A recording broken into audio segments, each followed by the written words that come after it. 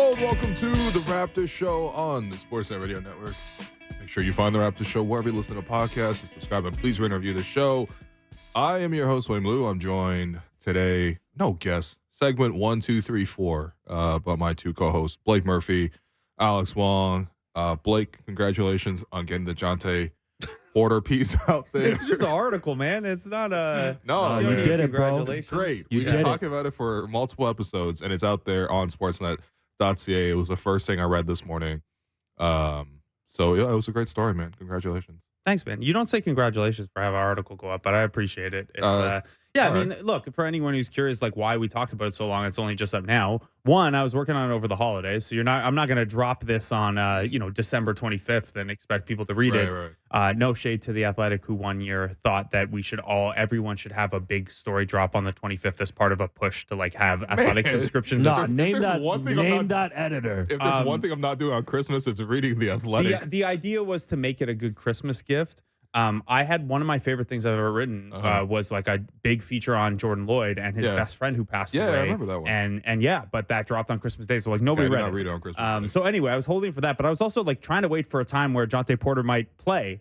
So once he got into Wednesday's game, I kind of spun it around. Anyway, it was good. It was cool to talk to Michael Porter Jr. for it. Obviously the 905 and Raptors people. Justice Winslow's known Jonte Porter for years, and they were in the 905 together. Darko coached Jonte Porter in Memphis, so there were a lot of kind of threads to pull at for that one. And yeah, now that he's at least for one night got some minutes, I think he'll probably be back in the rotation tonight, at least in the first half.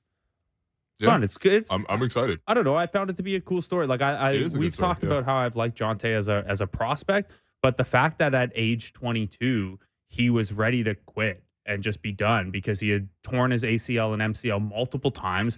Even once he got back healthy, he used the word crumbling. Like every time he played, it felt like his knees were crumbling. Yeah, that's terrible. And like he was just done with it. And he's a guy who has like a lot of other interests.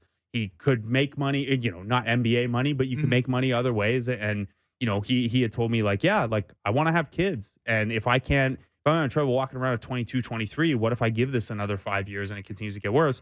And then Michael Porter Jr., and I'm an older brother, so I know how these conversations go. He was basically like, no, you don't. You're not, like, if I can go through 2 major back surgeries, get to a max contract level, and then he didn't know this at this time, but on his way to winning an NBA championship, you're not quitting if I didn't quit.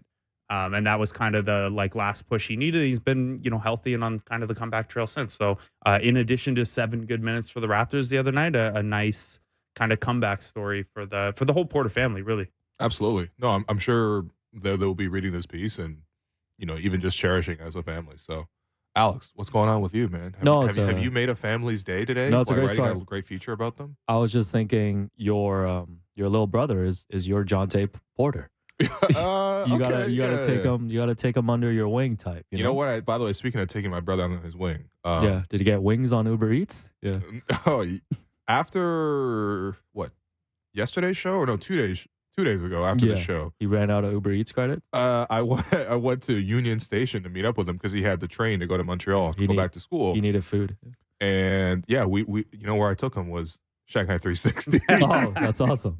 Shanghai 360, I'm begging for a sponsorship. Raptors go on a 2-week road trip, and like 1 game into the road trip, Will's like, I miss it. I need to, all my plans. He's the first person in Toronto to purposely go to the Union Station Meet me at the York Concourse. He's like, where's the DJ at? I told him, I was like, all right, when you leave Union, meet me at Sephora. All right, I'll meet me at Sephora. What is this? You're crying in H Mart? Yeah, we walked around. Sephora? He was like, "There's a worse down here." I'm like, "Yeah, there is." Oh, man. it gets worse. Trust me. We were on our worst behavior. Oh my god. That's a good one. This is gonna be crazy. So when I was doing the afternoon drive time show with Ben Ennis for the Jays opener last year, we did the show from the Sportsnet Grill, which is the Sportsnet restaurant at Rogers Center. And I'm just waiting now for like first show after the trade deadline. They're coming off a win against the Hornets. They've got all these new places, and Sportsnet's comes to us like, we got a sponsorship deal. You guys are doing the show from Shanghai 360 from a little table out front of Shanghai 360 in the York Concourse. Like, what you want? Combo 1, which includes Pascal Trade Talk. Combo 2, which includes Pascal Trade Talk and some Twitter questions. You want Combo 3 with I don't know what else. Banter, I suppose. Yeah, that's our I show. ran out after 2 combos. Yeah, it's fine, man. No, great. What are we actually doing today on the show, Alex? Because you do the rundown for us, and Yeah, you know, I was on a long phone call before the show. Let's just say that. You were, man. Yeah, we took mailbag questions, so we're definitely gonna get to those. Okay. We're also going to be, because we've been talking about the new Raptor editions this week. We didn't take the time to show love to OG a little bit. Yep. So we're gonna draft our favorite OG moments. Nice. I believe it was pointed out to me, Blake, that this was done on other podcasts. Yeah, Sean Woodley and Katie Heindel did it at Locked On Raptors as well. Okay. I didn't, because obviously I didn't want to have their picks in my head. I didn't go through it, but I saw that they did it, and they always do great stuff together. So shout out to them. But So we're gonna run it as well. Gonna run it as well, and then yeah, that's about it, man. But we can start around the NBA because I feel like a lot happened. What a game last night. Like, I guess what a 2 games. Oh But yeah. It was crazy. I mean, like, let's start in Golden State because the Warriors are in hell right now. Ooh. So, you, Will, said the first thing you read this morning was a Jonte Porter feature. Yeah, it was. That was the third thing that I read today. Oh yeah. Because the first thing I read was Shams reporting that after Okay. sitting the final 18 minutes of last night's Nuggets loss, Warriors forward Jonathan Kuminga has lost faith in sleepy Steve Kerr and no longer believes that Kerr will allow him to reach his full potential. And one source, one of 6 sources, said that, quote, Thursday night was a straw that broke the camel's back. And then the second thing I read was, this was from Jay Dumas Reports. I believe he's a radio host for the Warriors.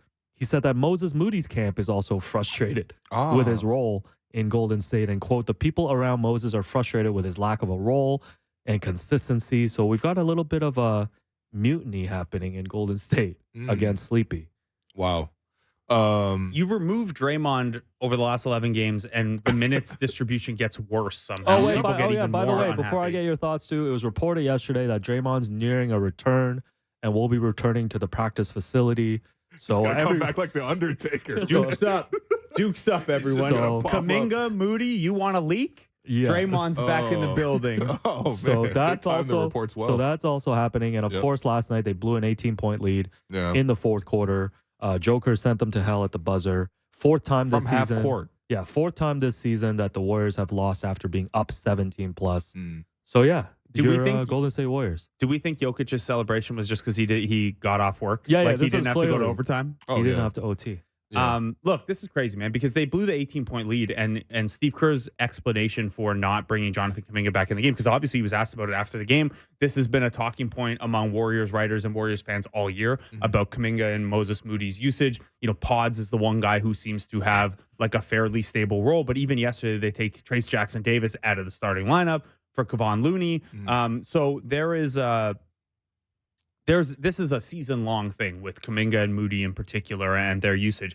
And Kerr's explanation after the fact is, I mean, one, just not great game feel, in my opinion, and two, not great like creativity in terms of the rotation. So the two explanations he gives is, one, he thinks Kuminga and Wiggins are too redundant, so you can really only play one of them at a time. One of them's clearly playing better than the other one. Kuminga is playing better than Wiggins, clearly. Yeah. But also, if both of them are having a decent night, and Wiggins had an okay night last night, he didn't defend very well, but at least a couple of the shots dropped, whatever. And they probably don't want to like take him too far out of the mix because they're going to need to trade him at some point. But like, show me the team that on a good night where two forwards are playing really well and both guys theoretically are good defenders, and Kuminga's obviously a huge energy guy, that you can't find a way to use two of those guys. So the lack of creativity there, when I get it, you've got CP and Steph Curry and Klay Thompson who you need to get minutes for. You're not going to run crazy small, but every team in the NBA could use two wings playing well at the end of a game. But the other one was that, well, that group built the lead, so I wanted to roll with them. And then when they started blowing the lead, Kuminga had been sitting too long. First of all, Kuminga hadn't been sitting all that long. Like, he'd been at the point that they started to unravel. Yeah. He'd been sitting about 12 minutes, which is a little longer than you would probably like to bring a guy back in. But that lineup was collapsing, and they were starting to blow an 18-point lead, and you could see it starting to snowball. So, one, this idea that you can't find a spot for two wings on a team that only has three wing players. And the other that, like, well, once they started blowing the lead, I didn't feel comfortable going to anyone else. Is like, I don't know. That's like fan criticism of a coach 101. Is like, well, you didn't call a timeout at the right point and you left that lineup out there too long. Yeah. For Steve Kerr, for someone who's experiences him and has been as good a coach as he has in really high leverage, really important situations, to just like, I don't know, feel like he doesn't have the handle on it this year is a little odd. You know what? It's kind of funny because it reminds me of, at the end of the Spurs tenure when they had won, obviously, for a very long time, and they had, the closest thing I think comparable to the Warriors situation with like 3 champions, multiple championships over multiple years, et cetera, et cetera. They try to make that pivot towards, okay, the next generation is going to be Kawhi, suppose LaMarcus Aldridge to some degree, although there was some awkwardness with LaMarcus when he first came there and wasn't exactly the greatest fit either. But, they found some success. They're going to transition over to Kawhi. And, like, these kind of transitions are just really difficult, when you have the incumbent coach or when you have the existing coach with the group and you still have all those old guys there. Like, it's just not easy to make this kind of push. The Warriors have been trying to essentially since, 2019, after the Raptors beat them, they've been trying to convert to this youth movement, right? They had, obviously, Steph broke his hand that one year, and so it allowed them to sort of tank and get some pieces. The results of that are like Wiseman, Kuminga, Moody. Like, Pods is like a rookie that they've hit on, which is great. Like, for them, like, Pods was great last night. But these new guys who are supposed to be young and bringing this whole group forward, that just never has happened. And now these young guys are tired of waiting for their turn because eventually you reach the point where you need to get paid or you need to show something to potentially get paid, and you still don't get that opportunity. Like, yeah, you're going to hit this point where guys are just not happy. And, of course, if you're trying to win championships, you're always going to lean on the older guys to try to do it. So, like, Dario Saric will come into the game, or, like, Wiggins will come back in the game, or Chris Paul will come back in the game. Wide open, by the way. Steph should have fully passed to the Chris Paul. But he's like, nah, I'd rather throw this cross-court pass into a turnover to Jamal Murray than pass to the old Chris Paul because he's that washed. Jordan Poole obviously was supposed to be part of this young transition too. Obviously, he got punched all the way to Washington. So it's like, crazy. No, they actually Draymond's really one punch, man. They punched them to a totally different coast from the Pacific to the Atlantic. No. That transition just hasn't gone well at all. So it's not too much of a surprise, I guess, that they're struggling with it yet again the following season. Yeah, and like, look, they stumbled into accidentally a situation that the Spurs did with Tim Duncan, right? Where like, okay, David Robinson is going to miss a year. Wow, you got Tim Duncan in the draft the 1 year you were bad in the last like 30 years, and then that is your pivot. And I think the Warriors were being hopeful that maybe that would be what that is for them. They were only out of the playoffs for 2 years, and one of those years was the shortened season where they were still 6 games over 500. It was just because of the short season, the West standings ended up very, very odd, where they were, or they finished 8th and then lost in the play-in. Yeah, they or lost something to like Lakers, that. Yeah. So LeBron was like, I saw 3 rims and I shot for the middle one. yeah, Goddamn LeBron. He's shooting on those rims that, was it Lethal Shooter's been building? Yeah. Yeah, that lethal training. But even the Spurs, who tried to transition out of the Duncan Ginobili Parker core to the Kawhi core, like, and it didn't. I mean, it worked out because they got one title kind of with Kawhi on the way up as like the ascending guy. But even once they tried to do that pivot, like, Ginobili was still there, but he played 20 minutes a game off the bench. Tony Parker was gone. Tim Duncan had retired already and was on the coaching staff. Right. They were not trying to transition to the Kawhi era while also playing Ginobili, Parker, and Duncan 35 minutes a game in the starting lineup still. And that's, I think, the awkwardness here with the Warriors and the friction here, because, yeah, what are you going to do? Not play Chris Paul and Clay? Like, Klay Thompson, again, was I don't know. You could play less Chris Paul, man. You could play less Chris Paul, What for is sure. CP doing at this age, man?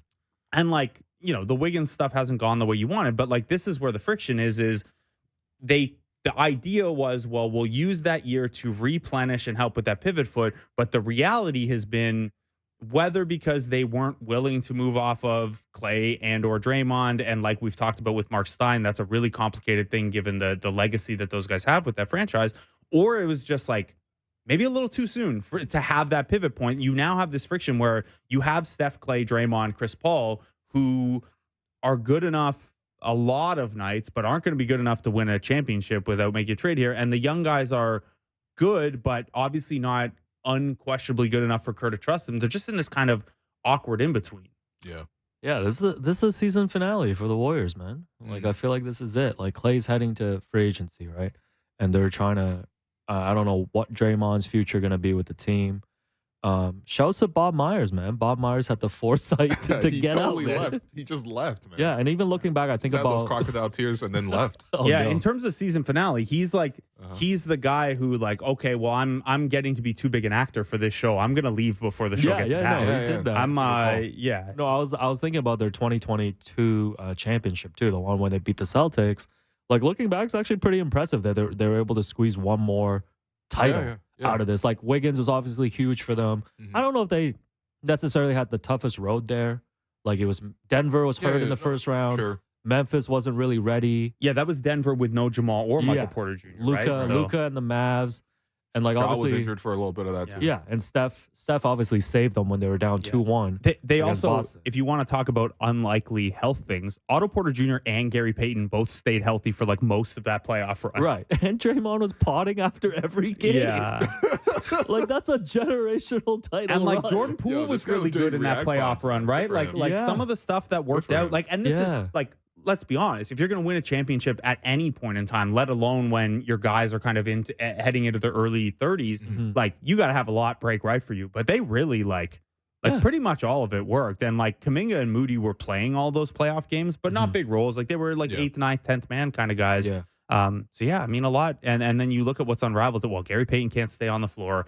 Otto Porter Jr. left and also can't stay on the floor. Looney's not quite the same guy, even though he's only like 27 now still. But like, Looney was such a warrior for them. The Raptors year too, like, where he's playing with like his arm held together by silly string, basically. Yo, Kawhi intubated that man with his shoulder. Like, he literally and he played broke his through rib. And he played, so like, obviously he's, and then Poole goes because you got to make some changes there. I don't know. It's they're in a tough spot because Draymond punched him. Yeah. And I don't know what the answer is for the literally sent Warriors, him because packing. what would make sense, like, if we were being very cold about this and all they were trying to do is win another title with Steph, you would really seriously explore a Clay trade, a Chris Paul trade. Draymond, you probably have to pay teams to take him too much, so I don't think you. What's even Clay and Draymond's trade value right I mean, now? Clay's a huge expiring, so like maybe you find something to that. Like, expirings we're back to expirings being kind of valuable, Right. especially as we head into like the super tax years with the new CBA. But if you were being cold about it, you would explore the Clay and Chris Paul stuff. But what I think is probably more likely is they look at it as like, you know what? We're so deeply, like, we're so pot committed You to just have to see Steph it and through. Clay and CP, and that is like, if Moody and Kuminga are unhappy and we can attach them to a Wiggins or something like that and get a piece that gives us a little bit better, like, I think that's where they're headed. I think that'd be really dumb for them to do that. So do I, big picture. But I think for the purposes of our content the next 4 or 5 weeks, it's right. wonderful if Kuminga and Moody are on the table, not just for teams like the Raptors, but all around the league when you hear about the type of guys who could be available here. On behalf of Raptor fans, I'm going to ask this question. This is not for me. This is on behalf of Raptor fans. On behalf of all the news accounts that are out there. Are you doing Pascal to the Warriors for Wiggins plus, I don't know, let's say pick 2 of Kuminga, Moody, and Pods? Are you guys doing that deal if the Warriors offer 2? No, I want 3. You want all 3? No, I want What about- Pods, Kuminga, and I'll take Trace Jackson Davis. Yeah. Okay. So you could go. Let's say you Fine, can you get have 'em. Son of Dale Davis. this is maybe too much, but let's say theoretically you could get 3 of Trace Jackson Davis, Pods, Moody, Kuminga, and a first. Honestly, I would think about that. You would They're think not about I gonna would think about that. I don't think they're going to Okay. give you 3 players. I don't think they're deep enough to do that. But I think that they would, or 3 prospects rather. Right. But I think it's like Moody's can't complain today too, right? Yes, like that's right, yeah. Like they are not. So when they come to Toronto, are they going to complain in Toronto too?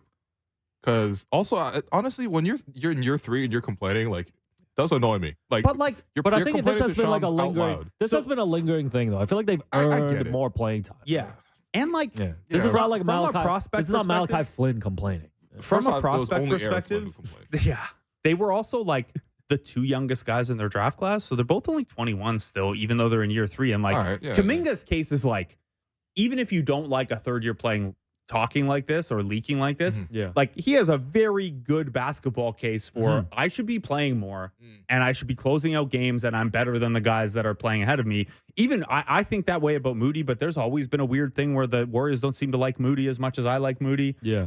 Anyway, I think you could get a couple of those assets. The thing to keep in mind with this, especially if you're someone listening and you're like, oh, that seems like way too many assets. Wiggins has 3 years left on his deal beyond this one.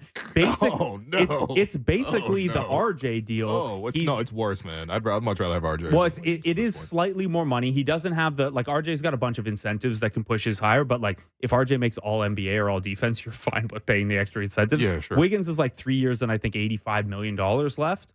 Bro, I can't even count on Wiggins to for sure show up to work. That given obviously Wiggins a year and a half ago when they won the championship, you're fine with it. Yeah. This right now might be the worst contract in basketball. Yeah, Maple Jordan, Junior Jordan, Mr. Fantastic. Who called him that? This is all in Basketball Reference. Yeah, I know. So like Canada? No. Yeah. Come on, man. This is one where like if we fast forward to July 1st and the Warriors are trying to get rid of Wiggins because there's these super repeater taxes coming that don't let you make any roster moves and things like that, you're paying at least a first round pick to get out of Wiggins' deal, and probably 100%. more. Yeah. So like you have to keep that in mind. If Wiggins is the salary, Like you'd rather matching take piece, Chris Paul's expiring in that kind of deal. 1,000%. Yeah. As a team trading to the Warriors, if they want you to also take Wiggins' contract on, I'm like more assets. But do Kuminga, Moody, Pods, any of these guys move you like that? Yeah, I mean, I think they're all right. I think they're all clearly rotation caliber players in the NBA. They're all very young still. I think I don't know that any of them have star upside. But I think that Kuminga could play his way into a starting caliber 4/ like a guy who starts at the 4 and plays him even small ball 5. Like How's he's this fit with Scotty then? I mean, not elite, but like he's a better version of a way better version of Precious. That's not a sell. Sorry. I mean, what if you only took what if instead of Precious when would have 2 good games and 3 bad games in any 5-game stretch, you get 1 bad game and 4 good games instead? One thing I really enjoyed about the Emmanuel Quickley experience is that there are no bad games. They're just good to great games. Emmanuel consistently.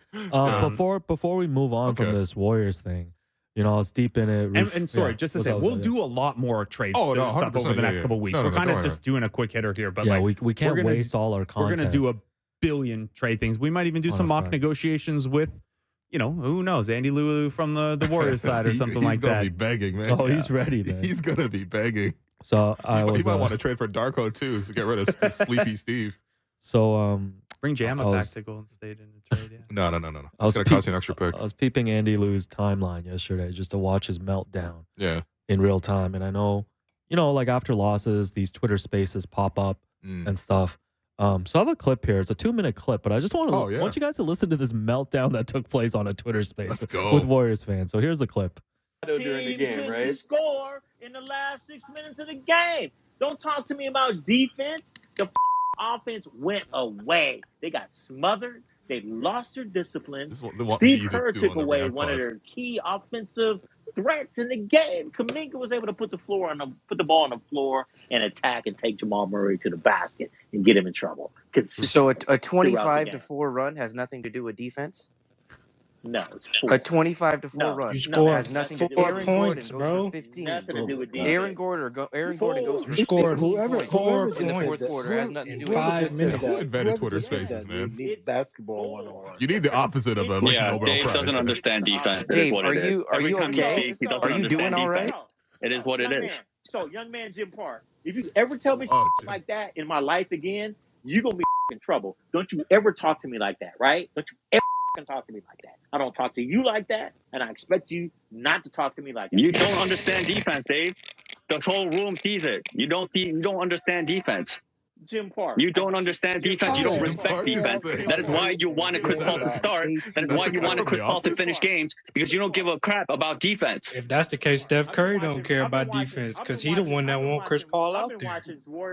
Bleacher Dave, no offense, I am not threatened by you whatsoever. Don't threaten me. It does absolutely nothing. Oh no, a guy on the internet said, "Oh, you're gonna be in trouble. What am I gonna do? Oh my God, oh no." Because you're in New Jersey, you have no investment in the Warriors. It's just a career for you. I'm born to this, son. Right? Yeah, well, learn defense. You don't understand defense. Respect defense. Respect defense. Learn to respect defense first. Respect offense, son. Defense Respect wins offense. championships, bud. Defense wins championships. If you can't defend, you're 28th in the league in defense, you're garbage. You can't play defense. You can't play winning basketball without defense. Dave, I agree. wake up. Not win the game. Wake up and acknowledge when you're wrong. I don't want to hear this garbage about the defense doesn't matter. Yo, I need Jim Park's Raptors Twitter equivalent. Yeah, we'll ask Andy. We'll ask Andy Lou next time. Shouts to Derek for editing that clip too. Oh man, that's a lot. So I don't do a lot of Twitter Spaces. That sounded like though the Jays just signed Paolo Espino as their depth starter instead of Yariel Rodriguez. That's my only experience with Twitter Spaces is Jay's transaction meltdown. No, I just tune in offense is so respect. No, honestly, that's actually peak sports radio. Like that's actually the essence of what people want to get. Yo, to. gets the blood nice flowing. little interviews with players, or here's some nuance about Jonte Porter. It's why Jays talk is still a good thing, like the call-in shows after Jays games. But I don't know how in 2024 we filter the fact that you don't. That's clearly, but like this, like on radio, we can't have that many bleep outs, like you're right. Derek's fingers would have carpal tunnel from bleeping out that much if he did it every single day after a game. That's a Jim Park, man. Like imagine your worst reaction pods, like your most unhinged ones or angry ones, and then people are coming in and then you also have to edit out their swear words. If you ever tell me like that in my life again, you're gonna be in trouble. It's one of the best 2 minutes of Twitter Spaces I have ever honestly, heard. when people say I'm emotional online, I think that's what they're picturing in their minds. And honestly, no, this is I don't sound like this. This is like perception versus reality. That's perception of you. Yeah, well. Anyways, we saw the past in the Warriors, present in the Denver Nuggets, the defending champs. Yeah. And we also saw the future yesterday, guys, in Wemby going up against Giannis. Man, Wemby, I think, had like a 5-minute highlight reel himself. Like he was throwing alley-oops to himself, behind the back dribble on a fast break into a dunk. You know what? When he threw the alley-oop off the glass to himself after getting stuck, it didn't hit for me the same way like Vince or like when T-Mac did it, Kobe did it, stuff like that. Because I'm just like, it just looks like you're cheating. Like it looks like a glitch. And Chet did it the other week too. And like, given the length of the stride that these guys have, and like if they pick up the dribble at the elbow and do like a one long step up and under, and then throw it off the glass, like they can cover from the 3-point line to the rim with like 1 step, 2 step off the glass and go. It looks like a reasonable move. Like it shouldn't even be like a one-off. It should just be something in your bag. No, it's too easy. It's too easy for Wemby. It felt too easy. It's too easy. When he put it behind his back in transition and then dunked over Brook Lopez. Oh my god. Oh my god. And then he blocked, obviously. He blocked Giannis at the end. The behind the back thing is the most impressive to me because if you think of all the things a guy with that much length, like the tools that gives you, it's obviously great that he has a handle, but the biggest thing you're worried about a really long, tall guy like that is like, is the dribble too high? When you bring it out to cross over and make moves,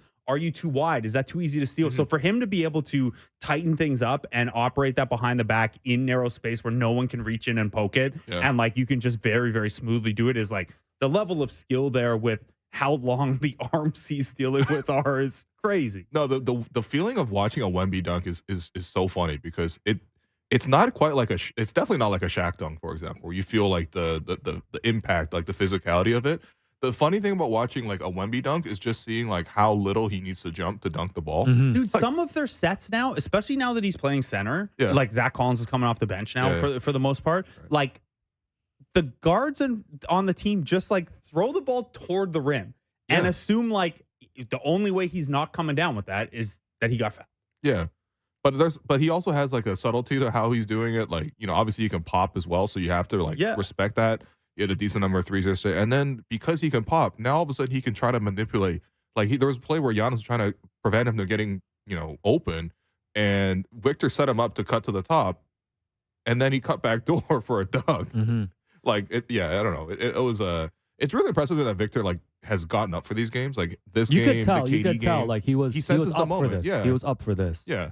It's just the game-to-game experience of watching the Spurs is terrible, though. My God. Like, no, honestly, they need a Twitter space meltdown, too. I mean, I don't know about that. Victor Wembanyama. They're definitely calling him Sleepy Pop, by the way. Honestly, we should have a conversation about Pop at some point.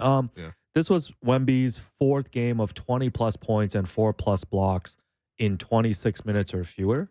Yeah. That's tied for the most such games in NBA history ever. And he's done it in his first 30 games.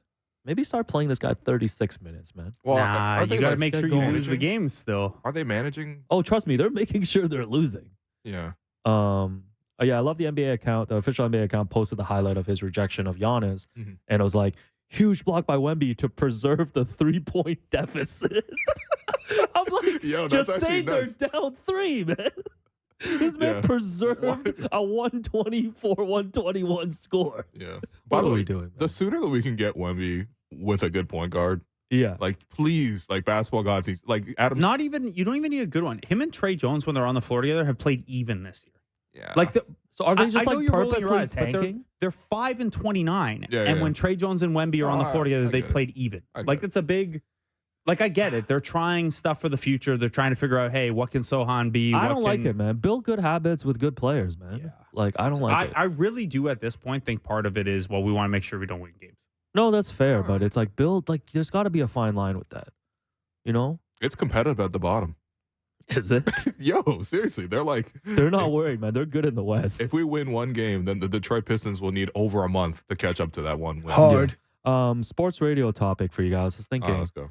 is there there probably isn't a single player in the NBA that the Spurs would consider trading straight up for Wemby, but is there a multi-star package that you think would make the Spurs think? Like, what if the Thunder offered like their 4 best players and like 10 first rounders? Wait, hold on. Is there actually not one player that you would trade straight up? I can't think. I don't I think can't they think could. of a single one that the Spurs would consider. So Dallas comes to you and says, "We'll give you Luka." No, I would take Wemby. Yeah, Really? I'd rather build around Wemby. Yeah. You got more runway. He's younger. You've got more Yeah. contract controllability, stuff like that. And like the Spurs can't make the case of like, well, we could win now with. I an think if you upgrade. did a They Bill can't. The Nuggets Simmons- come to you and say, "We're giving you Nikola Jokic." Honestly, I would still keep Wemby. Yeah, it's like an 8-year difference in age, right? And like I you would don't have the still keep pieces. Wemby. You don't There's have no the guarantee pieces. he's going to be as good as Nikola Jokic. No, but you don't have pieces around him to make use of Jokic.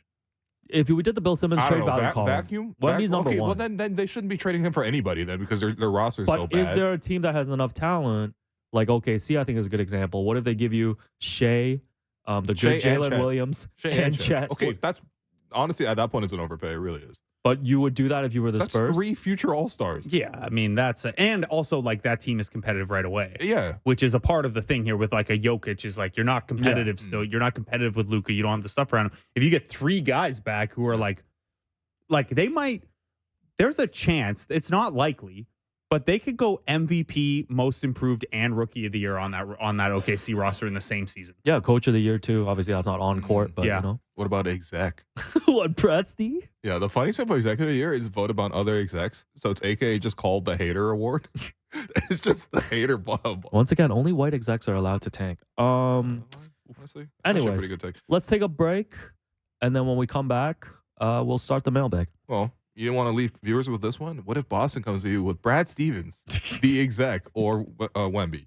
We will take calls on that. No, we won't. But we are going to take this break. I've been your host, Willow. You've been listening to The Raptor Show on the Sportsnet Radio Network.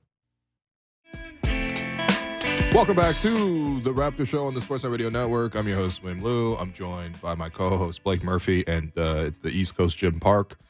Jim Park on a Great Lake, Alex Wong. How am I Jim Park now, man? Do not go to Jim Park's TL. Do not look up. Stick with Andy Lou. That's the PG-13. That's Jim wild. Park. Yeah. All right. So as we mentioned earlier, we took a bunch of your Twitter questions. We actually spent a lot of time talking about Jonathan Kuminga in the first segment, so we have less time for this, but we would ideally like to get to a lot of these topics. We'll get to a lot of these. Alex, I run the got you. show. So, a couple of reports today. Let's start with Pascal questions because a couple of reports today. Jake Fisher mentioned that the Hawks might be out on Pascal Siakam. Mentioned that the Kings are aggressively pursuing, but they don't want to make Keegan Murray available. And the Detroit Pistons also want Pascal. What you want Pascal for, man? Oh, man. Why are you trying to get in this, man? Don't do that to Pascal, man. Yo, Don't do that to him. Fix your own house first. Anyways, so and Tim Bontemps at ESPN wrote a longer piece about the Emmanuel Quickley OG trade and said that league sources expect Toronto to move on from Pascal before the trade deadline. So let's get to the questions. You guys can tackle it as part of this. All right, let's go. If the Raptors manage to have a good road trip here, do you guys still like the idea of trading Pascal? really just depends on the return. But I do think that the more that they win and the more signature wins that they collect, or not signature, but like feel good, impressive wins that they collect on this road trip, the better it is to sell the idea of a Pascal extension. And the worse that they do on this road trip, the easier it is to sell the idea of a Pascal trade. I disagree a little bit. Not Okay. that that's not fair. I just think what happens over 3 or 4 or 5 or 6 games at this point should have no impact on your thinking around Pascal Siakam. You have a ton of information. You know the player extremely well. You know his desires to stay and what it's going to cost. You have a really good idea of what the market is at this point. The difference between going 4-2 on this trip and 2-4 should not change how you're evaluating whether or not you believe Pascal Siakam should be a long-term piece here. I think the front office should have that decision made long by now. So how they do, obviously it's more fun if they win a couple of these games. Certainly want that pizza party tonight. But yeah, I don't think that should change. I don't feel generally that any tiny sample should change your big picture plan, but especially with one like this where we've been talking about it for 18 months. 2-3 good games should not change what you're thinking here. Yeah. Will mentioned he would keep Pascal. How does he propose to rebuild the depth on this team while keeping Pascal at the same time? Even if you think the fit works with Scotty, don't we need to sell for assets? Not if you are able to find like rotation pieces or develop your younger players. So, for example, if your development system is able to get Grady Dick to a point where he can play and contribute for you, that's a piece of depth. If you can get Christian Koloko healthy and available to contribute, that's another piece of depth. That one I don't put on the development system. That's more of a health-related thing. So who knows? You have your pick. You have other sort of trades available to you. Like for example, why can't you move Gary into something or like can you move Gary into 2 bench players who can contribute for you? Like even with Gary not producing well, I think that's still relatively doable. You know what? If you want to see what you can get at the deadline for like a Dennis Schroeder, you can try to do that. Like trade him for 7. I'm not trading him for 7, but I mean, yeah, I just don't think Pascal's the only guy who can give you that kind of depth now. But I mean, I totally hear that argument, and if people want to lean in that direction, that's just a preference thing. Yeah, I just don't want to trade a star player for role players. I'm sorry. Yeah, like that shouldn't be your guiding. That shouldn't be your guiding force in this trade. Again, it should be because of the bigger picture ideas of fit and timeline and things like that.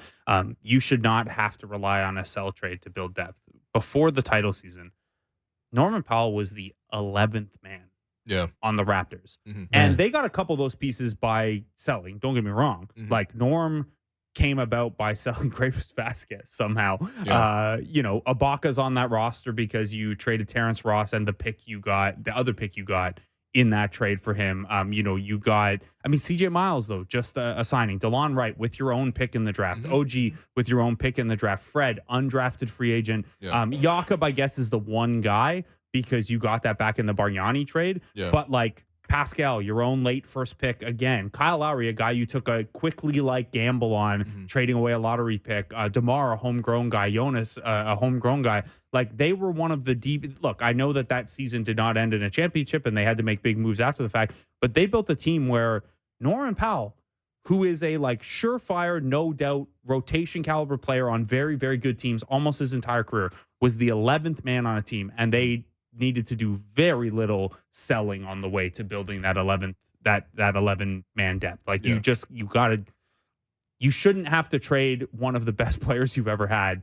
because you've whiffed on undrafteds and seconds and things like that. Next up, why can't we keep Scotty and Pascal? I don't understand why they have to be the same age. This is to people that are obviously talking about Pascal's a little bit older, might not fit Scotty's timeline.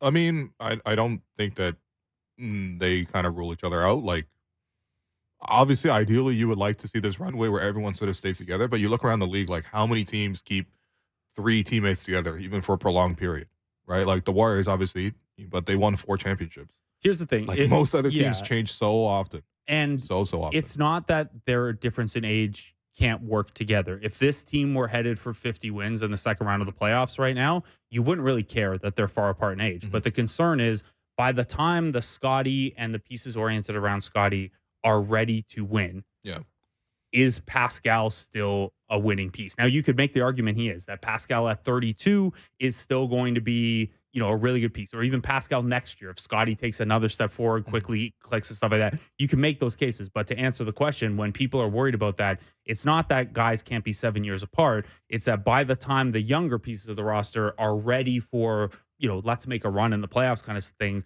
is Pascal still at a level that he's contributing to that? And if not, that's when you start to explore, okay, maybe you need to reorient around when you're going to be good again. That's fair. Yeah. And again, you can have it, like, the opinions can differ on that. You can feel differently about it, but that is kind of the. Do you guys think Pascal will age poorly? I think it's going to depend at least a fair amount on the 3-point shooting, because, he's not like, look, I think Pascal through age 32 is probably going to be just fine. He's one of the most efficient inside the arc scorers right now. He's a good passer, a good mismatch attacker and things like that. Everybody's prime is also being extended right now. Like, I think we got to reframe like what a 32-year-old is. Historically, though, let's call him a 3 for offensive purposes, who is, at one point was very good defensively. I think has taken a bit of a slide defensively. He's still solid, but he's not the level he was before. Those guys, if you can't hit a 3 and shift into a more complementary, like, spot up role on offense, it's going to be harder to justify if he's on a good team. Those 18 field goal attempt nights and things like that. So that's where your concern is. I've talked to some people about who he might age like. And, in terms of how much he's going to cost at what age, they're not necessarily similar players. But you look at what Tobias Harris has been in Philly the last couple of years, where if you're a team with a contention window, $40 million for Tobias Harris isn't great value. But given where you are, like, you're fine with that. And him as a number 3 guy, maybe even shifting to a number 4 guy, is fine. You look at a guy like maybe DeMar DeRozan, who Pascal's offensive game is actually maybe more comparable to, less mid-range stuff and more post-oriented stuff. But again, not a ton of 3-point shooting and things like that.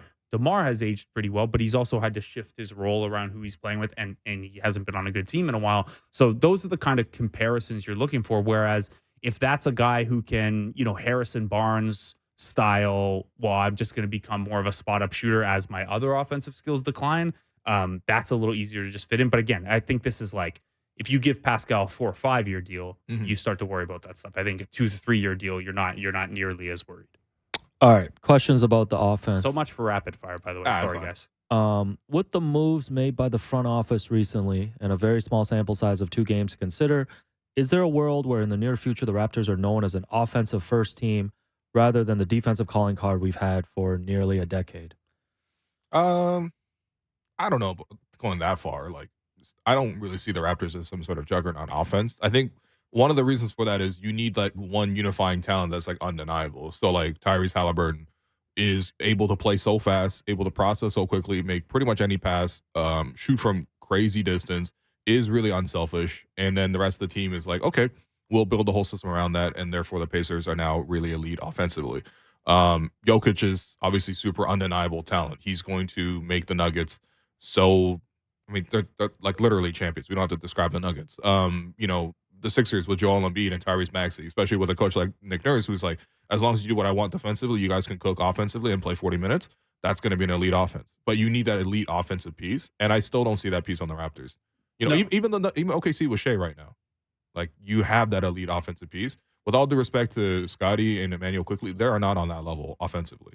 And I don't see like a guarantee that they're going to project to get to that level offensively. Yeah, I think the next step is certainly not being an offense first team. I still maintain they should be better defensively than they are have been. Yeah. But I think and this isn't going to happen this year, but in the nearer term, maybe what you're trying to get back to is, instead of being an elite defense that is surviving offensively, or you become an elite offense that isn't as good defensively, if you could get back to being one of those teams that sniffs the 6 to 10 range on both ends, that's probably your better path. Yeah, and I agree. That's a hard needle to thread, but I don't know that, these pieces are clearly a top 5 offense or a top 5 defense unit at this point. So you got to get back to being, one of the more, and this was a staple of the Dwayne Casey, Kyle DeMar teams, even though you had some rough defensive players in those groups were always around the top 10 on both ends. Yeah. The game's about a bucket. Sorry. Yeah. Shouts to Ekam. Shouts to Ekam. Shouts to Ekam. Shouts to Jim Park. Who else we want to shout out, man? No, I love Ekam. Why does it feel like the Raptors are missing so many free throws? Maybe they are. Because they are. But they seem to be missing a lot of them during important moments. Yeah. Get Yeah, Noah Lewis to get trained. I don't know about the moments specifically, but they're second to last in the NBA in free throw percentage. There you go. The There's your Nuggets are answer. the only team They shooting should worse. be better. They're Like, at they should be a lot better. 73.9%. It's not like Jakob is shooting 30 of them a game. Yeah, well, I mean, Pascal shoots the most free throws, and Pascal's a little inconsistent. But he's above the team average. Remember when Pascal was shooting 9% from 3? Yeah, well, now he's shooting like 50% from threes. It all balances out. An analysis of Gary's finishing within 3 feet of the basket, please. Why does he struggle to finish? Yo. Even on fast breaks, it seems like he can't finish layups. But yeah, my favorite thing with Gary is just like, he has the strangest layup package, I think, in the league right now for like a consistent guard who like is either starting or coming off the bench. Because like I feel like, you know, especially now you see so much like skill work and training and stuff like that in the offseason. You see, for example, it used to be that only like Steve Nash would do like the wrong-footed layup attempt. Now like most guards in the league have that sort of like package or something like that. So many players have added floaters. You look at quickly, he's taking floaters from like the elbow. You know, like he's just pulling up, and instead of shooting a mid-range, he's going to go for the floater. There's so much skill involved with everybody, especially at the guard position. And Gary's no doubt a skilled player in terms of shooting and things like that. But when he gets closer to the basket, like first off, he doesn't really shoot underhanded layups. It feels like, you know what I mean? Like he's shooting push layups most of the time. Right. But like, yeah, there's sometimes you go with two hands. Like he finishes like a big man somehow. Maybe it's a Gary Trent Sr. training. You're saying his package is DHL. No, man. but he actually has the Gary Trent Sr. finishing package, it feels like at times. Yeah. What do you guys think? Yeah, I mean it's odd. The transition stuff. I mean, the off like half court, it's whatever. He doesn't have that knack for getting to quite all the way to the rim, and that's going to make you, you know, have a finishing package that is more about avoiding contact than finishing through it, and that leads to some leading to the contact. He's one of our good free throw shooters. Right, but I'm saying he doesn't do that. Yeah. So that's part of it. Is like if you don't trust that you can finish through contact, then you're going to have a less conventional layup package because it's about avoiding the contact. The transition stuff, I just have no explanation for. Yeah. I don't have stats on this handy. Got to be one of the lower field goal percentages on transition layups in the league. Yeah. And like it's small samples or whatever, but it's odd. Yeah. All right, one more for each of you. So for you, Will, what number would you say is reasonable to re-sign Gary? 3 years, $36 million, essentially mid-level money. I doubt Gary takes that, but the way this season has gone, like I think that's actually closer to what his market would be. But if I were him, I'd rather take like You might got to do another 1 year deal, man. it might be a 1 year gamble somewhere else, and then see if you can reestablish your value. I mean, he is clutch, for example, so maybe he goes to the Lakers to do something like that. On that Malik Monk. Yeah. Contavious Caldwell-Pope. Let's go here for 1 year. We don't have bird rights, but whatever. But there is like a bounce back kind of way for him because I do feel like that is like if I were Gary, I wouldn't lock in for 3 years, 35 right now. Like even as much as I'm playing poorly, that's locking me in my current like depressed value versus like what my true value is. Yeah, he cost himself some money picking up this player option. I thought it was. I mean, like his last deal was like $350, right? 3 for $50. Yeah, most of my analysis like heading into last offseason was like, yeah, Gary's going to opt out because like he would have made like I don't know, even if it wasn't a great deal, like 3 years, $60 million this past offseason if he had opted out. And I get the bet on yourself stuff, but he's cost himself some money here. I do think he's going to either have to take much less on an annual basis than he thought, or do the 1 year rehab deal. I actually would really like his fit in LA. So maybe that is not to overdo the clutch thing that we've been hammering this week with agency relationships and stuff, but like maybe that is the move. Turns out there might be more to it, you know. Just a clutch. Last one for you, Blake, before we go to break. What is Johnny Junta like in person? Oh, I don't know. He's a cool guy. He's is that his last name? Like, who? Johnny's last name is Junta? Yeah, the Gate 14 Blue That's Jays how it's guy? pronounced? Yeah. Oh, Junta. wow. It's the same last name as Furio from The Sopranos. Furio Junta. Wow. I thought we were talking Junta. He's a good guy. He's exactly what he's like on the Gate 14 once again, podcast. Junta is a white man. Jay's Talk Plus. I thought this was a wrestler. No, this is just no, I've seen him. Yeah, but I didn't know that's how it's pronounced. Junta. Yeah. Wow. Him and Furio.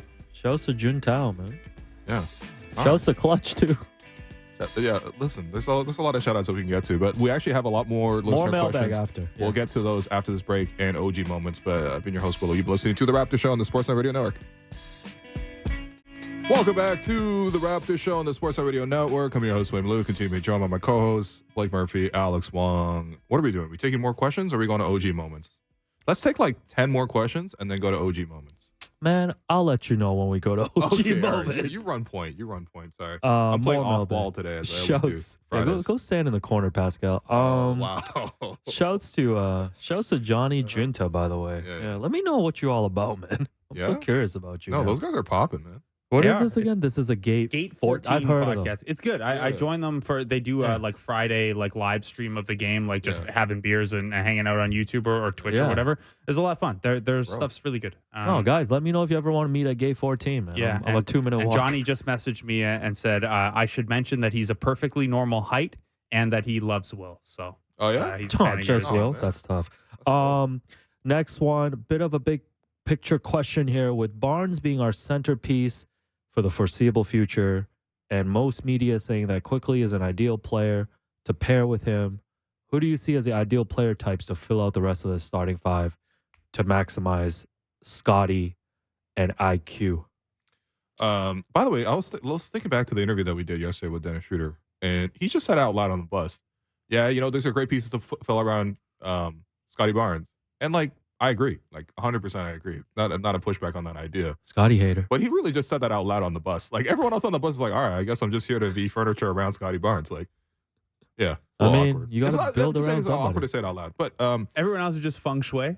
It's just, I don't. Anyway, No, how's Blake coming with the first feng shui drop in the oh, season? man, this guy's saying Juntao as well. This is a crazy upset. Las did you Vegas. just say junta like ni hao? Yeah, Juntao on Rush Hour. What was I gonna say? Yeah, stretch five I think would really help. Rim protecting Yes. stretch five, like Yeah. essentially a unicorn five. So What it yeah, is. my like a Jaren Jackson, Miles with- Turner type, like if you're aiming a little lower, Sure, yeah. because you're not getting Evan Mobley. That's the Yeah, that's the IKEA Jaren Jackson is. yeah. is- Well, is you're not Miles getting Turner. Jaren Jackson. Let's be realistic. Yeah, you like, can get struck. You can get Jaren Jackson a struck tube, Yo, or that's the Timu Triple J. so I'll say this. I guess Yeah. let me ask you this: Will forced to pick because there are okay. incredibly few guys who stretch the floor and protect. Yeah, yeah. Which one of those is more important to you in a five alongside Scotty and Quickly? That's a good question. Probably protecting the rim. Okay. Yeah. So if someone like a name that comes to mind for me, and to be clear, Will and I, separate of this mailbag question, Will and I were looking at kind of centers under 26 Yeah. who might be gettable earlier today. Mhm. And someone who's a UFA and apparently maybe doesn't have a long-term future with their team is Nick Claxton. Okay. And he is like one of the very best shot blockers in the entire NBA on like a per possession basis. Yeah, let's do it. He's not going to stretch the floor we from know the the right Raptors had way, interest. but Yeah, I like Claxton. yeah, I mean he's A lot. going to be a What do you like UFA. about him? So even if you traded for him this year, like you're trading mostly He's for tall. the bird rights. Uh-huh. But in the scenario where, and we'll play this out a ton over the weeks, like if you moved on from Pascal and didn't take a lot of salary back, you could be a cap space team this summer, and he's a UFA. So that's an interesting name. But mostly the takeaway was it's a thin list of interesting young bigs Yeah. who aren't like obviously going to take a boatload of stuff to get out of there. Like if you are a good young big who either protects the rim or shoots, teams aren't trading you. What about Okongwu? He was moving me when he was making all those threes against the Raptors.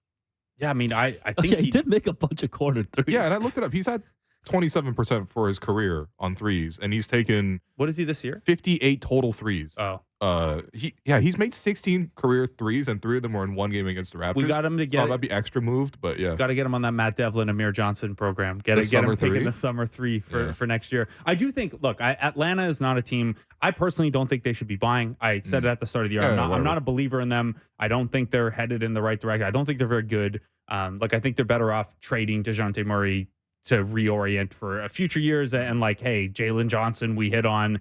But if everyone on that team is reportedly available except for Trae Young and Jalen Johnson, yeah, Okongwu is probably the best guy you could pluck out of there. Okay. Yeah. All right.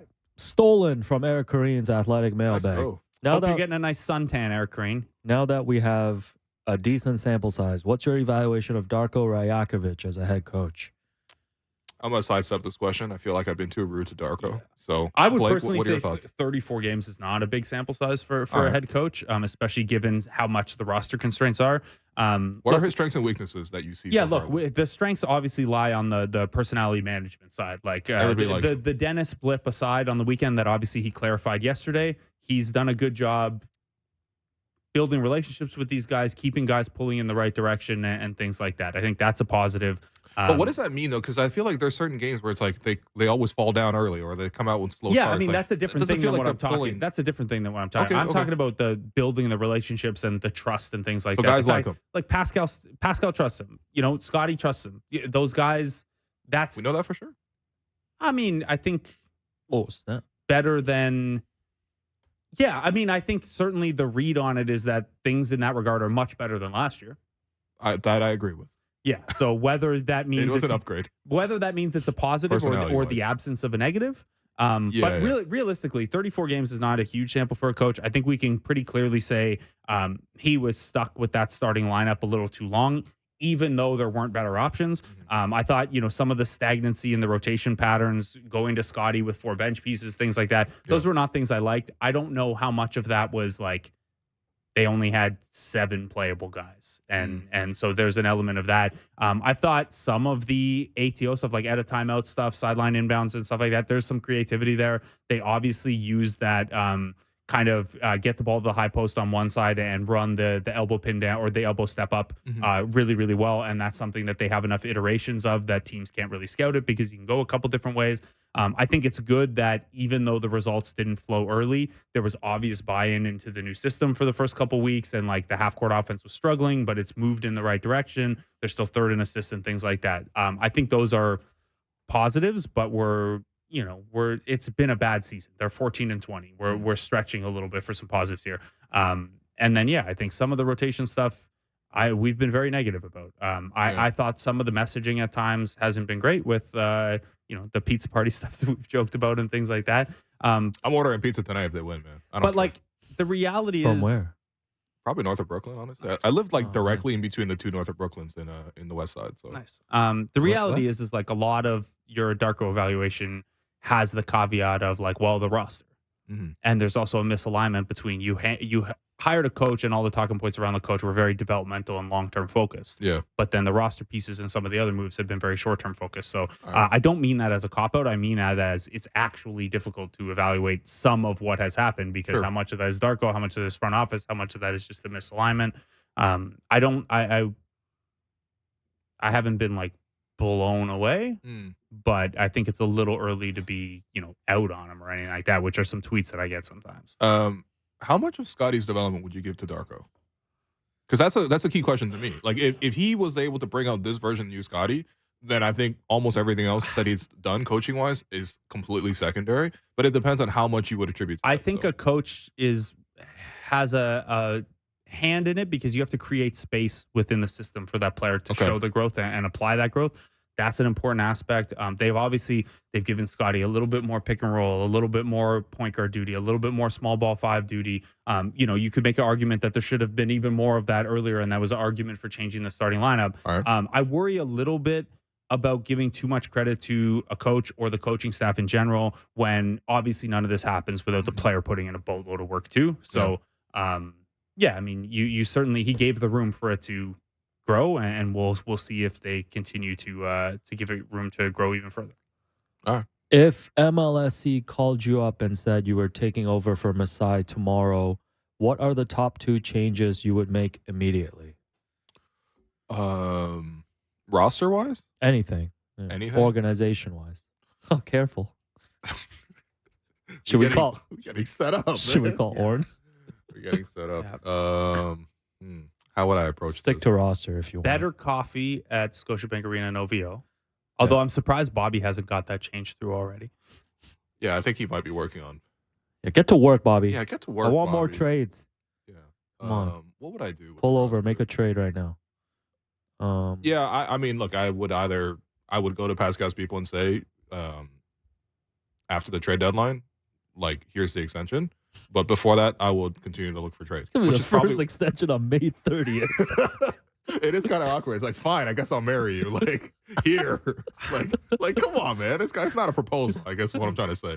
That's how it's going, I guess. Yeah, I mean, so mine isn't an acute thing, like that, hey, this is one move that I make. But I do think if you were to get fresh eyes on the organization on the basketball side, one of the thing that I would probably be most curious of, because like a Pascal thing is big and that has a bigger impact. Yeah, but the biggest curiosity to me of what hasn't worked after it worked so long is I would be going down a full kind of autopsy of what has happened on the player development and identification side, because you went from being one of the class, like if not the class of the league, like a top 3 team, finding and developing undervalued talent, and that helped you build and maintain depth and have the extra pieces to make trades and things like that. And it has gone away. So I think that's probably you're looking at the scouts.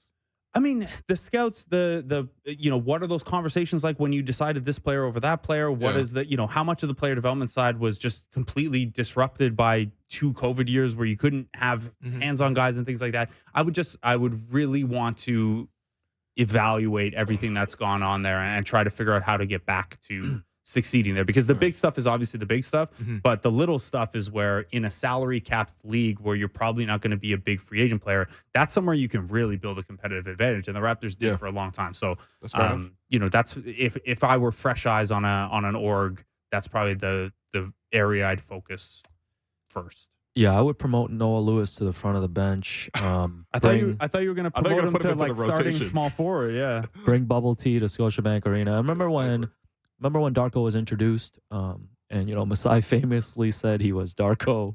What did he say? He said, he said it was a great moment for the Serbs, because it really was, and it has been. He was talking about Djokovic, he was talking about Joker winning the championship, and then he was talking about Darko getting hired, and he said, I want to be Masai Ujiri Anovic. And he said it in the most awkward way possible. I think Derek, you might even have the clip, the drop of somewhere, Derek. if you have it stashed. Come on, Derek. But like they handed out, I think Haagen-Dazs ice cream bars to like all of us that day. They did hand out ice cream bars. They had balloons and ice cream. I want balloons and ice cream bars at the arena for media at all times. Oh, that'd be more food than we're currently getting. Oh, next up, what is your most ideal, realistic outcome for RJ Barrett on the Raptors? I mean, within the realm of possibility, because ideal realistic outcome is like he wins finals MVP and he says, Canada, this is for you, and lifts like multiple trophies. That's not happening, everybody. I think the ideal outcome for RJ Barrett is for him to develop more and more as a passer and just find more efficient ways to play his game. Right now, it feels like he's able to get to spots, draw a crowd, and his option, or that he decides to go with too often, is just, I'm going to try to shoot or muscle my way through this crowd. Once you have drawn the extra attention of the defense, or once you've even touched the paint, for the most part, like, you've done the hard part. The easier part, I think, maybe is to find the right reads. And I just do feel like there's more growth for him on that front. But, I mean, like, I like RJ. I do think that the Raptors have a avenue to find value in his current deal. But it depends on how he can grow. And that's been the question for him his whole career so far. So yeah, and he's also been a weird developmental case where he's flashed improved skills for chunks of time, and then they've gone away. Like, he had a whole season where he shot 40% on threes on like a good volume. And then the rest of his career, he's hovered around like low 30s. Like, can you get back to that, or was that a blip? There have been times where he looks like a future like perimeter stopper. And there have been times where he looks like just an okay defender. Like, can you get back to that? And to your point about the playmaking, he's had multiple seasons where he averaged 3 assists a game. And then, this year that was down significantly. And the turnovers are obviously a little, not high on a like turnover percentage basis, but on an assist to turnover basis. So yeah, I think, look, this is maybe lowering the bar too much for a guy who's only 23. But I really do think the challenge for RJ and where the pressure for where he needs to improve is really just being a better version of it, not making a DeMar year 5 jump that we kind of kicked around as an example yesterday, not necessarily becoming an elite 3-and-D guy, just like be a little better at all the stuff that we already know you do, and just like instead of 5 years in a row of being kind of the same guy, let's see, a 10% better version of that, and then the year after that, let's layer on another 10%, and because, I don't think he has superstar upside. I think 5 years of this level of efficiency, we can pretty comfortably say that. But he can be a better version of RJ Barrett than we've seen for the most part in New York the last 2 years. Yeah, and can I give you like a super hyper optimistic version of RJ Barrett that actually did happen? So he had game 1, game 2 of last year's playoffs. He scored 7 points, 14 points, shot a combined 6 of 25 from the field, which is pretty tough. And then his last game of the playoffs last year, he shot 1 of 10 from the field. So I'm obviously lopping off like the 2 really bad bookends. In between there, he played an 8 straight stretch of playoff games That was 3 games against the Cavs before they wiped out the Cavs. And then they played 5 of the 6 games against Miami. In that 8-game stretch, RJ Barrett averaged 22.5 points, shot 50% from the field, 38% from 3 on 6 attempts per game, got to the foul line almost 6 times a game, and he had 5 rebounds, 3 assists, whatever. The rest of it is not as important. Like, this is not something that isn't possible for him. My point is that he did this for like a 2-3 week period in the playoffs. So there clearly is potential. It's just how do you get there more consistently? That's the question for a lot of these young guys. Yeah, no, I like RJ, man. RJ's got that dog in him, man. And also, like, it's just about cutting down the negative plays and stuff. Also, Anyways. shout out, I mentioned it on air yesterday after we had kicked it around, but I think the most tweets I've ever gotten about something live on the show yesterday was the number of people who were excited to talk about how he got the nickname Ducky, and it's comes from Rowan Barrett Sr., who had it back to his high school days. So I didn't shout them out individually, but like 6 or 7 people messaged me yesterday. So thank you for that, and it was fun to see how excited everyone was to talk about it.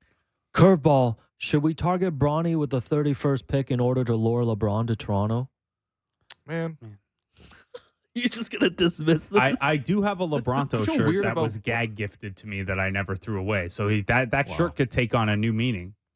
I think it just feels weird that people are drafting Bronny to potentially get LeBron on the team. It's just so transactional that it feels dehumanizing.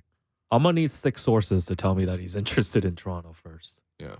Yeah, the 6 is just the sources now. I get that you can't fully like just say, oh, that's not LeBron's kid or whatever, but like draft a kid for his merit, his own merit. Well, this is the thing, like and not like, as a sideshow. Like it's it's too much. And like for anyone who doesn't know, like Bronny James is not a prospect just because he's LeBron's son. He's also a good player. Like he is considered an NBA prospect on talent. It's just all the conversation around it is going because he's not a.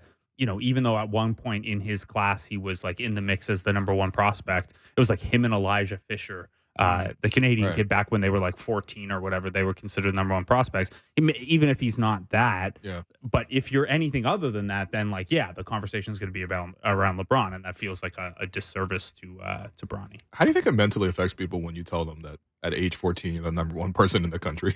It didn't affect LeBron that much. I think not well for the most part. Yeah. He's now an LV, adsman.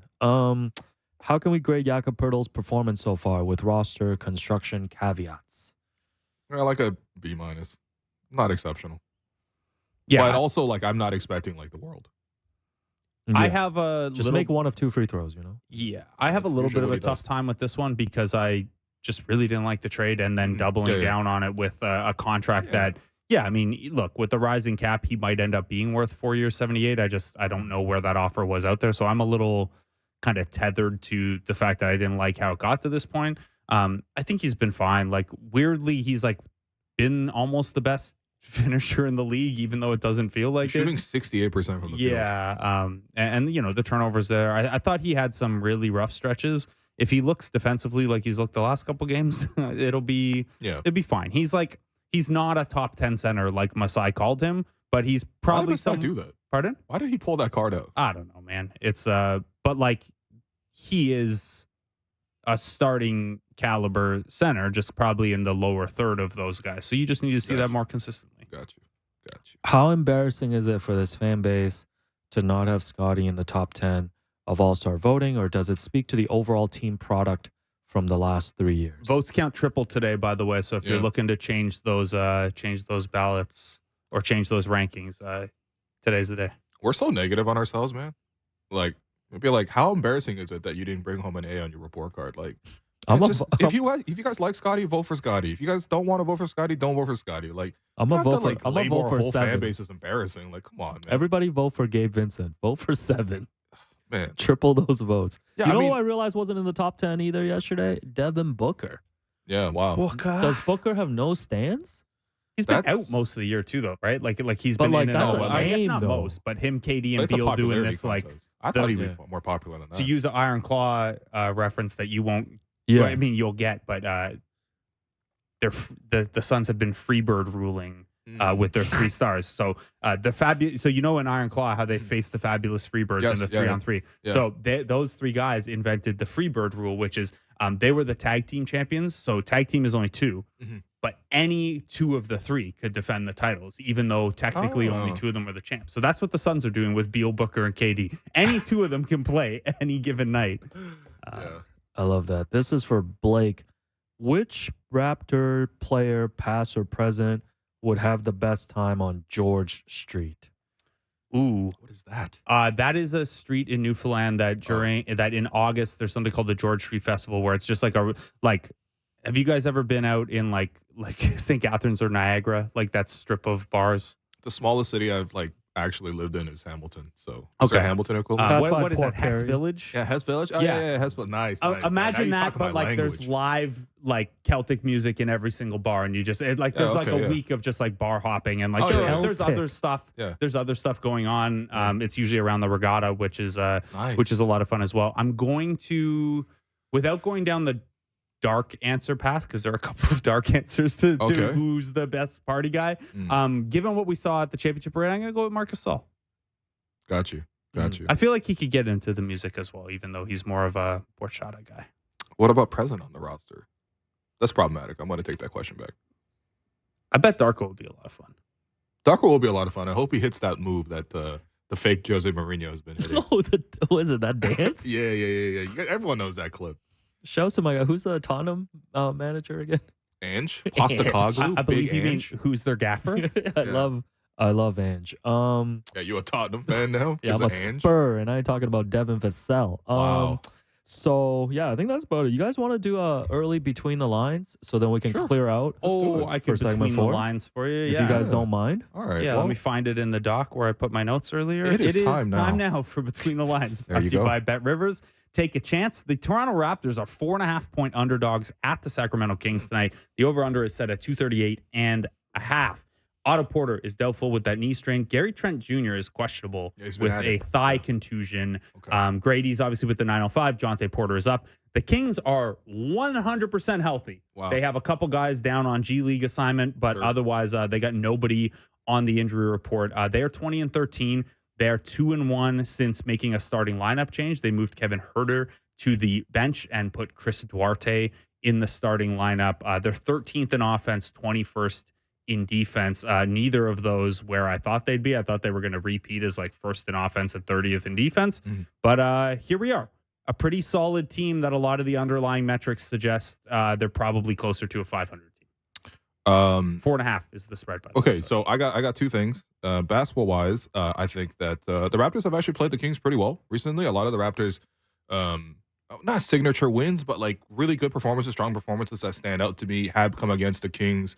There was 2 seasons ago when the Raptors beat the Kings. You remember De'Aaron Fox after the game was like, "Oof, man, that Raptors bench, they really cooked us tonight." Malachi Flynn and Delano Banton on that side. But my point is, the Raptors have had some good performances against the Kings. Last year, the Raptors went on the road and beat the Kings. Honestly, one of their top 3 performances of the year last year was the Raptors going up against Sacramento and being able to do that. Part of that is, though, that they were able to really throw a bunch of wings and try to neutralize a lot of Sacramento's perimeter game. I don't know if you can do that as much with this current roster, especially now that OG's gone. OG was the guy guarding Sabonis in that one. But I still kind of like the idea of the Raptors being able to sort of impose their will through their big wings. I'm just not trusting too much about Harrison Barnes or Keegan Murray as defensive stoppers against Pascal and Scotty. I think that those guys should have a good game. And then, of course, you add quickly to this whole advantage. I'm just curious to see how much more the Raptors can add on to this. My non-basketball thing about this, and this is wild, this is for both of you, but I would love for you guys to just quickly Google search Kevin Huerter on Google Images and then Google search Brian Windhorst on Google Images and just tell me if they look a little bit like a father and son combo in the face. Whoa. When did you come up with this? Just now.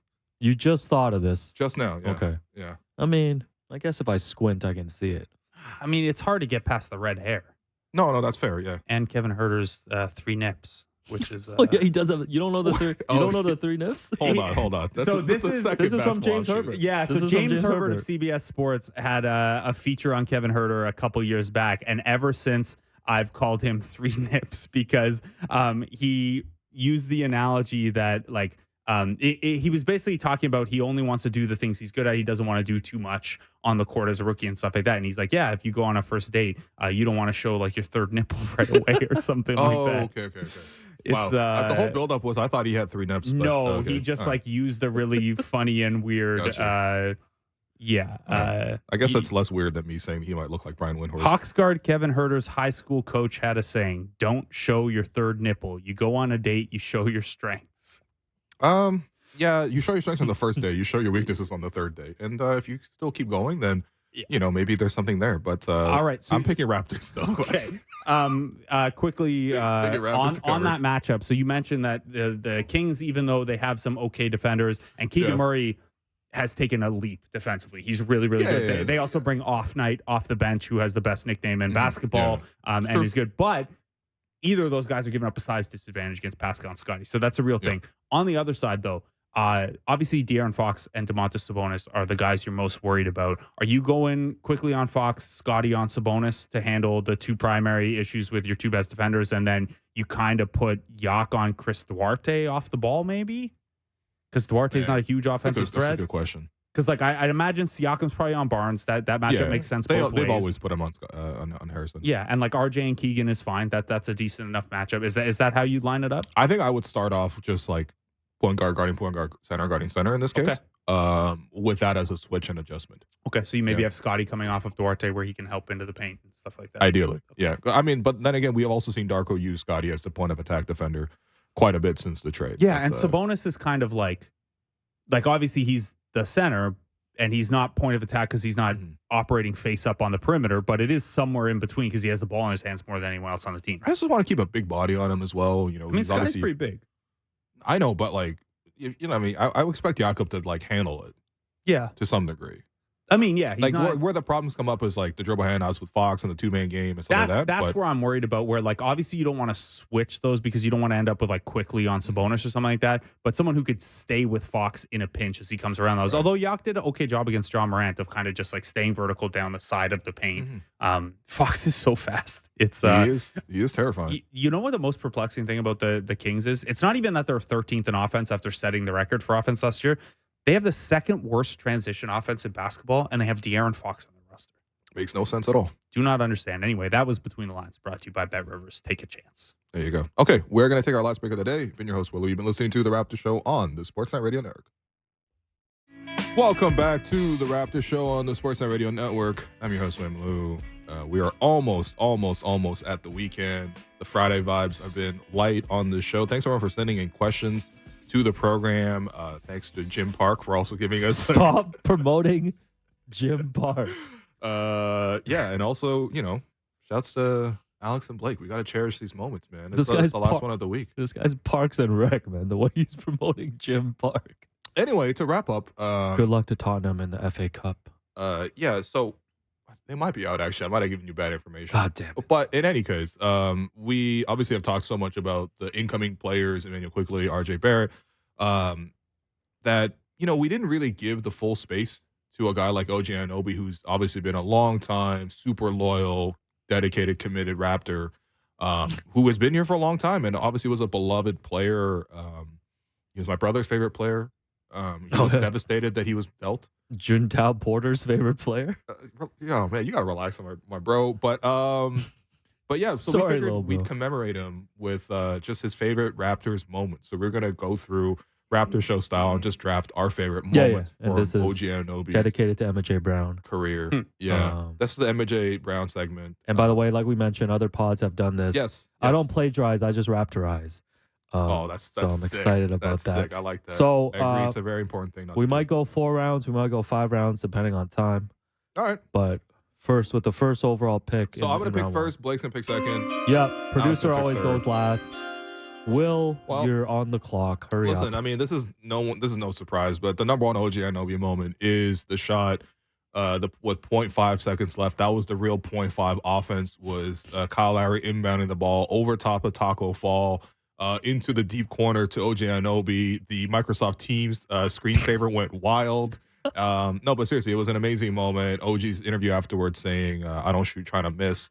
It's just an iconic moment. It's objectively the number one OG Anunoby moment. So you get the quote with this as well, right? The I don't shoot trying to miss quote? I mean, you know what?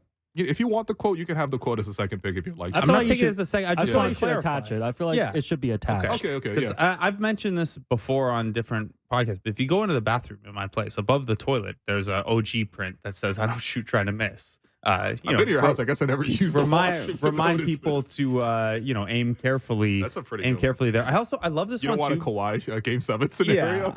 Yeah, where triple 4 bounces. Yeah.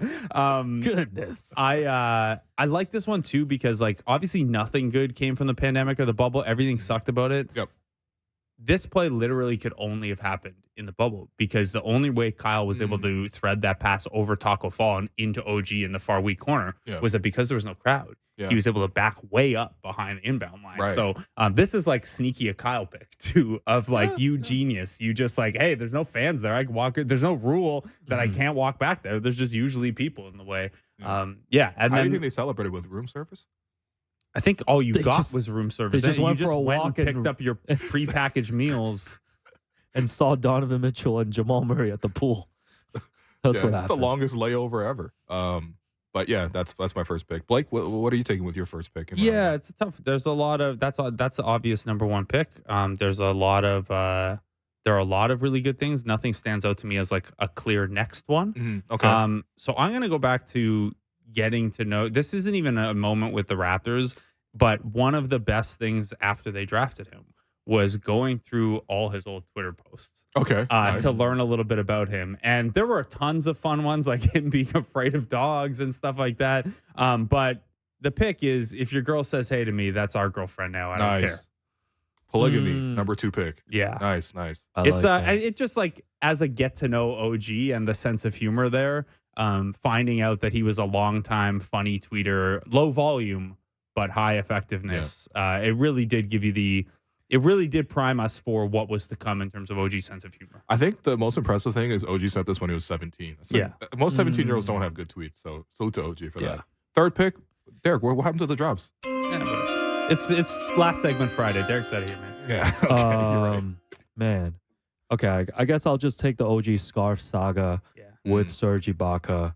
The it back feels and like forth. your heart's not in this one, man. I mean, I had other ones that I wanted to go they are in off the FA Cup, board. by the way. They're playing Burnley, 39th minute. I wanted to go off the board, but I feel like I need to snatch up the scarf saga with Serge, got the you. exchange with Serge, the outfits that they were able to get off. I think it was incredible too during that time because the Raptors were like in the middle of like a 15-game win streak. The vibes were great right before the great pandemic hit, and like that scarf thing put the Raptors on national TV more than they did during the championship season. Yeah, people wanted to talk about that. Vibes are undeniable, man. That one's amazing. Serge, the day Serge rolled up in that like huge scarf, he also his feet. He also hit like the game clinching shot. They Yes, came I back remember against that. Indiana. Indiana, yep. They were down like 10 with like 2 minutes left, and they came back. Yeah, man, that's the best Raptors team we'll ever watch. The vibes were incredible. Anyways, that's my pick. Round 2, back to you, William. All right. With the second pick, so I'm going to go with another on-court moment. This is, for me, when I was like all in on OG as a Raptor, was early into his career. The Raptors were going up against the Houston Rockets, and it was prime James Harden, like MVP James Harden, and he was on his, just a really, really good run kind of thing. And OG's first career start, I actually looked up my own tweets about this. So this is from my own account on November 15, 2017. There's a video attached to this. OG Anunoby's first career start, full offense plus defense highlights. First off, offensively, it held James Harden to 8 of 25 shooting with 9 turnovers. And OG scored 16 points on 6 of 8 shooting with 3 threes. He was a game high plus 22. Was there a hashtag AC fan flight? Just checking. Not for this one. Okay, just checking. Double checking. But shouts to AC fan flight. It's in that era. Yeah. Have me back anytime, please. Yeah. I mean it. But yeah, seriously, that was just like breakout moment for his career. Again, holding James to 8 of 25 with 9 turnovers, ridiculous. Yeah, usually it's only the night before that can hold James Harden to a night that bad the following day. Okay. All right, Blake is up. Let's hear the music, Derek. So this is an on-court one too, but it's more of it's not one specific moment. So I am selecting the pick 6 for OG. OG's signature move, steal, like take it the whole way for a dunk. If you wanted to attach it to a single game, a couple days before the pandemic hit and the season got shut down, I was in Denver. The Raptors lose this game, but it's a crazy game where not only is OG guarding Jokic for a lot of it, it's the first time we got like the big diet of OG on Jokic. He has 32 points in that one on 12 of 16 shooting, 7 steals, and if I remember right, 4 or 5 of the steals, he took the distance himself. This is OG. Obviously, OG's very good at corner 3-point shooting. He's very good just like not even stopping a shot, but keeping a guy from getting a shot entirely. Like OG's specialty is stuff that you don't actually see happen. But the signature move is the pick six. I'm jumping a passing lane or I'm just ripping it out of your hands and I'm going coast to coast for the dunk. I think he's probably among the Josh Hart's probably the only guy in the NBA who has maybe an equal claim to the pick and going the distance. But this is OG's move, so that's what I'm taking there. Nice. I like that. All right, I'm up.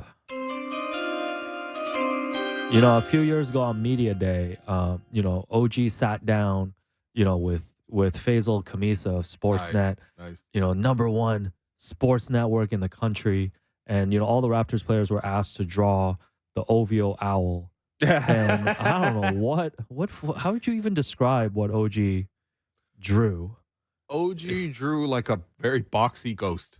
Yeah. Like it's like in Super Mario World type. Yeah. And that drawing went viral. I know people made T-shirts of it, etc. So I'm drafting the OG OVO owl drawing.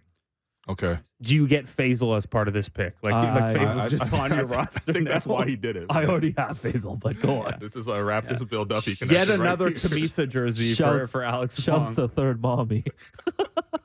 Oh, goodness. All right, if only you knew the background. Round 3, William Lou. Okay, so I've already got 2 on-court moments for OG. And so I think I'm going to try to take an off-court moment for OG. I have a couple to choose from here, but I think I'm going to go with this is just like one of those random little reels that they record on Media Day so that they can play it during commercial breaks in the arena. Is it the Juice one? No, it's actually, so OG was challenged to list in 30 seconds many things that he's afraid of. Damn it, that was my next pick. Not him, just people are afraid of, Oh, right? that people are afraid of. Yes.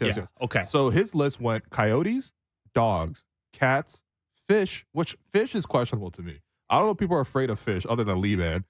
Spiders, hamsters, rats, seagulls, whales. And then he paused for a while and he finally came up with cottage cheese, which took him like 10 seconds to get to cottage cheese.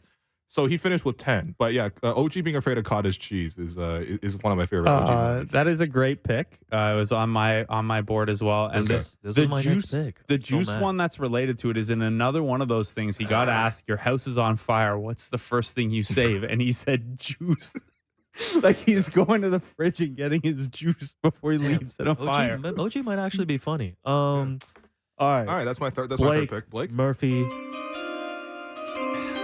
Fitting music, because I'm going back to June 22nd, 2017, which is draft night. And so obviously at this point in time at Raptors Republic, I'm doing a lot of draft prep, doing a lot of the write-ups and things like that. It didn't seem like there was a possibility that OG Anunoby would be available at 23. So we hadn't given him a lot of time. We hadn't written a lot about him other than like, hey, there are some injury question marks.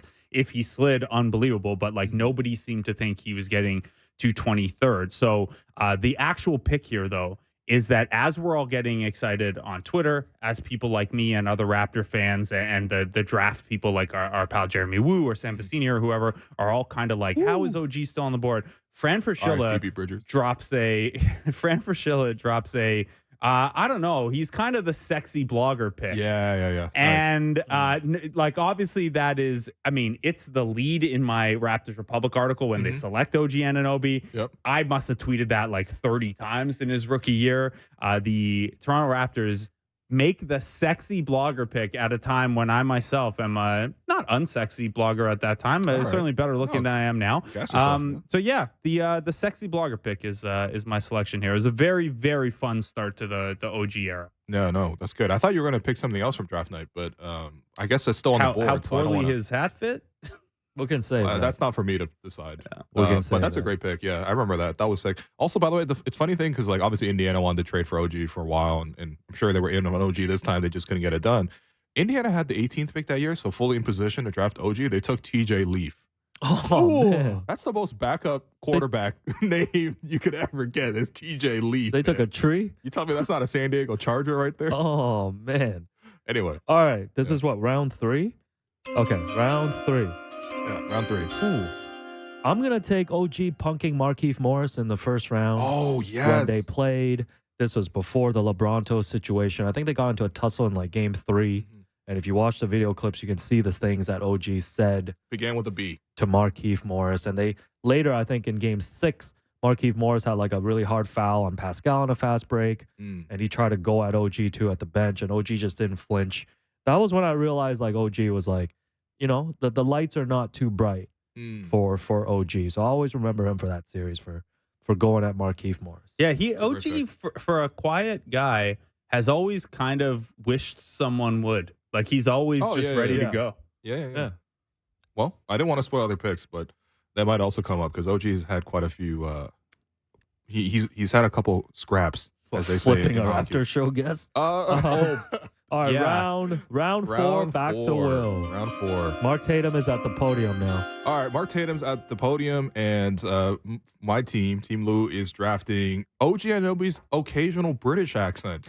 Oh, yes, which you brought out as well. Yes, he did it on the interview with us. If you go back on the podcast feed, you will find on Media Day of this year, we did an interview with OG, and OG, this has already been a thing because he obviously goes back home. He was born in London. He has family there. He goes there quite often. Now he owns a part of the London Lions. He says he's an Arsenal fan. You know, he's like a whole thing. Like he has a whole thing about going back to London. A lot of connections.